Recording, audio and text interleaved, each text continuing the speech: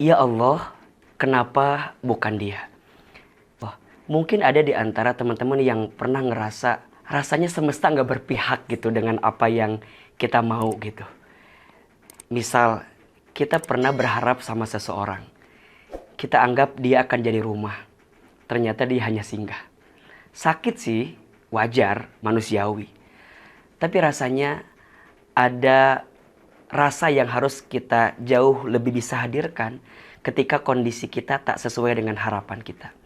Kadang-kadang tidak semua hal itu harus sesuai dengan rencana kita. Kenapa? Karena di balik itu ada rencana yang maha indah yang dihadirkan oleh yang maha indah, tentunya oleh Allah Subhanahu wa taala. Kamu menginginkan sesuatu, iya. Tapi Allah menginginkan sesuatu yang lain. Kamu punya rencana, iya. Tapi Allah juga punya rencana. Dan kita harus percaya bahwa rencana Allah, keinginan Allah, itulah yang terbaik daripada apapun. Perhatikan surat Al-Baqarah ayat 216. Ini ayat yang selalu dijadikan guidance banget sih sama Ahilman. Kalau Ahilman punya keinginan tapi kemudian gak sesuai kenyataan gitu ya. Allah berfirman, A'udzubillahi minasyaitonirrajim. Wa asa an takrahu syai'an wa huwa khairul lakum. Wa asa an tuhibbu syai'an wa huwa syarrul lakum. Wallahu ya'lamu wa antum la ta'lamun. Perhatikan dengan iman. Dan boleh jadi kamu membenci sesuatu, padahal itu baik bagimu. Dan boleh jadi kamu menyukai sesuatu, padahal itu buruk bagimu. Allah Maha Tahu, Allah lebih tahu, sedangkan kamu tidak tahu. Dari ayat ini kita harus punya sikap namanya husnuzon ya, dengan apapun yang datang dalam kehidupan kita. Termasuk dengan skenario ketentuan yang Allah hadirkan dalam kehidupan kita. Apalagi tentang urusan perasaan ya, tentang urusan jodoh gitu. Jodoh itu kan di tangan Allah Subhanahu wa taala gitu.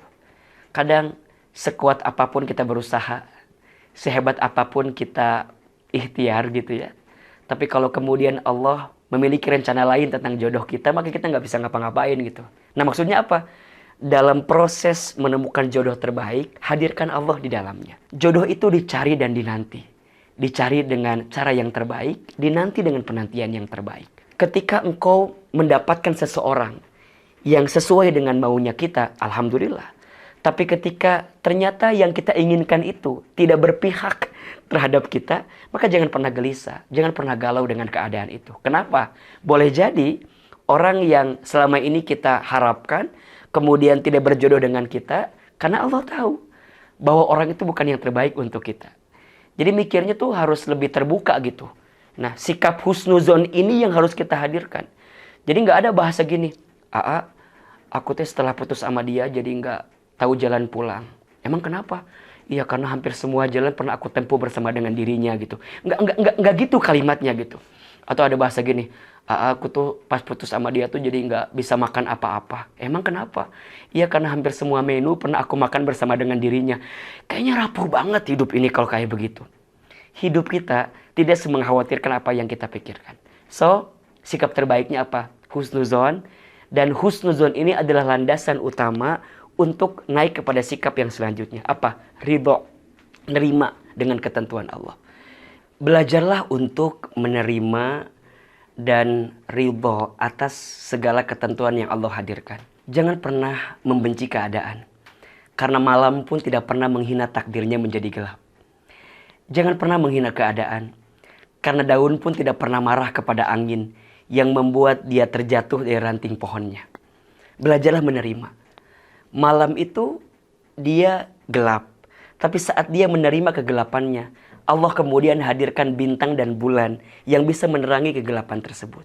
Sahabat cahaya yang dirahmati Allah, kadang-kadang kita itu hanya butuh waktu untuk lebih nerima saja dengan apa yang Allah hadirkan dalam kehidupan kita. Belajar ridho ketika menerima, belajar ikhlas ketika melepas.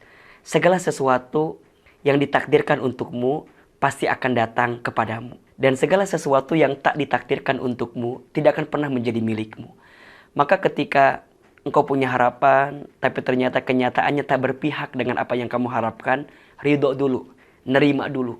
Buka hati kita dulu, buka mata kita dulu, dan yakin Di balik apapun yang terjadi, selalu ada hikmah yang sedang Allah hadirkan dalam kehidupan kita. Nah, pertanyaan selanjutnya, Ahilman, bagaimana caranya agar kita bisa ridho? Caranya, ingat 3 ayat ini saja. Yang pertama, tadi tuh surat Al-Baqarah 216, ingat apapun yang Allah hadirkan untuk kita itu pasti yang terbaik. Ingat itu ya. Allah tuh nggak mungkin ngasih yang nggak baik untuk kita. Allah itu nggak mungkin ngasih sesuatu yang nggak pas untuk kita. Pasti Allah tuh lebih tahu mana skenario terbaik untuk kita. Makanya sering Ahilman sampaikan, ada 3 keyakinan di hati kita yang harus kita pastikan tentang keyakinan kita kepada Allah.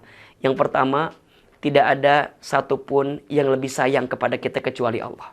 Ingat ya, ketika Allah menghadirkan skenario hatimu patah, hatimu sakit, ingat, Allah mematahkan hatimu bukan untuk menghancurkanmu, tapi Allah mematahkan hatimu agar kamu bisa lebih kuat, sehingga Allah hadirkan orang lain yang bisa lebih membahagiakan hatimu di kemudian hari. Jadi belajar lebih menerima itu.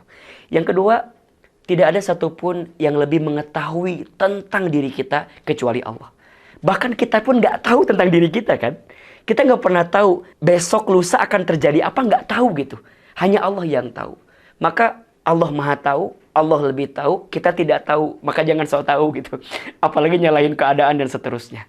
Dan yang ketiga, tidak ada satupun yang bisa mengangkat kesulitan kita kecuali Allah Subhanahu wa Ta'ala. Keadaan yang membuatmu sakit hati mungkin membuatmu terjatuh atau terpuruk. Tapi percayalah, ketika engkau terjatuh, engkau punya banyak kesempatan untuk banyak bersujud. Engkau banyak kesempatan untuk banyak berdoa. Kalau sudah tidak ada lagi telinga manusia yang bisa mendengarkan keluh kesah kita, maka sudah saatnya tempat sujud kita menjadi tempat healing terbaik agar kita bisa memohon dan meminta kepada Allah. Kalau sudah tidak ada sandaran manusia atau pundak manusia untuk bisa bersandar, sudah saatnya tangan ini menengadah meminta kepada Allah atas setiap perasaan yang sedang kita hadapi. Maka teman-teman yakin ya, apapun yang Allah hadirkan untuk kita pasti yang terbaik. Sungguh tidak ada yang kurang yang Allah berikan kepada kita. Yang kurang siapa? Yang kurang kita saja. Ahilman, kita kurang apa? Kita ini dikasih nikmat, kurang syukur. Dikasih ujian, kurang sabar. Ketika beramal, kurang ikhlas. Ketika ada takdir, kurang ridho. Kalau dikumpulin, mohon maaf, kurang ajar ya. Jadi kadang-kadang masalahnya bukan di Allah, jadi kitanya aja gitu. Jadi kita yang kadang-kadang ngerasa bahwa kok gini. Enggak. Pasti yang Allah hadirkan itu yang terbaik. Yang kedua, yakin Allah tidak mungkin memberikan beban kepada kita melebihi batas kemampuan kita. La yukallifullahu nafsan illa wus'aha. Ya. Allah memberikan beban kepada kita karena Allah tahu tubuh kita, hati kita kuat untuk menerima beban itu. Maka jangan pernah bilang gini, enaknya orang mah nggak ada beban kayak saya gitu. Enaknya orang mah, jangan. Kenapa? Karena Allah menitipkan masalah sebesar apapun kepadamu. Karena Allah tahu hati dan pundakmu kuat untuk menghadapi itu semua. Dan yang ketiga harus yakin, fa inna ma'al usri yusra, inna ma'al usri yusra. Maka sesungguhnya bersama kesulitan ada kemudahan. Sesungguhnya bersama kesulitan ada kemudahan. Ya sudah, orang yang sudah pergi meninggalkanmu, udah, buanglah mantan pada tempatnya. Ya. Jangan gelisah lagi, jangan galau lagi. Sekarang buka hati, kemudian ya pastikan kesendirian kita untuk jadi momentum terbaik agar kita bisa menanam banyak kebaikan saja. Ingat ya, kadang-kadang waktu sendiri itu penting sih. Untuk apa? Untuk kita menemukan makna di balik apapun yang terjadi. Dan kita harus ingat, di balik kegelapan selalu ada cahaya yang sedang dihadirkan. Maka boleh jadi ya orang ninggalin kita ya nggak apa-apalah. Karena sebentar lagi ada orang lain yang akan dihadirkan oleh Allah untuk kita. Apa kuncinya? Ridho, menerima, ikhlas, melepas. Ini kuncinya. Ridho, nerima, ikhlas, melepas.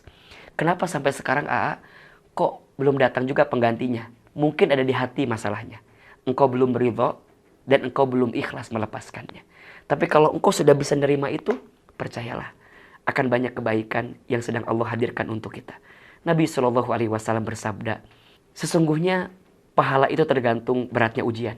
Wa innallaha idza ahabba qauman ibtalahum.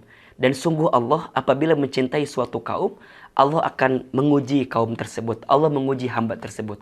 Apa sikapnya? Faman radiya falahu ridha, wa man sakhita falahu sukhtu. Barang siapa yang ridho dengan ketentuan Allah, maka Allah ridho kepadanya. Dan barang siapa yang benci dengan ketentuan Allah, maka Allah juga benci kepadanya. Maka jemputlah keridhaan Allah dengan belajar ridho atas apapun yang Allah hadirkan kepada kita. Cinta terbaik memang bukan dia yang datang karena kelebihanmu. Tapi cinta terbaik adalah dia yang siap bertahan walaupun tahu kekurangan dalam dirimu. Orang yang tidak bisa bertahan dengan apa yang kita hadirkan, berarti dia bukan cinta yang terbaik untuk kita. Kadang kita nggak butuh cinta yang sempurna. Karena cinta itu sudah sempurna dengan maknanya sendiri. Kita harus lebih menyempurnakan apa yang ada di ikhtiar kita. Karena percayalah, ikhtiar kita adalah amal soleh kita. Ikhtiar kita adalah usaha terbaik yang kita hadirkan untuk mendapatkan keridhaan Allah Subhanahu wa ta'ala. Percayalah dengan kekuatan doa. Doa itu senjatanya orang beriman. Jika doamu belum dikabulkan di waktu yang cepat, maka Allah akan kabulkan di waktu yang tepat. Mudah-mudahan Allah hadirkan kebaikan, belajar ridho dengan menerima, belajar ikhlas ketika melepaskan. Doakan orang yang pergi meninggalkanmu. Karena doa yang baik akan kembali kepada yang mendoakannya. Insya Allah, ya kalau tidak tahun ini, tahun depan ya. Mudah-mudahan Allah gantikan dengan yang lebih baik. Wallahu a'lam bishawab. Amin ya rabbal alamin. Assalamualaikum.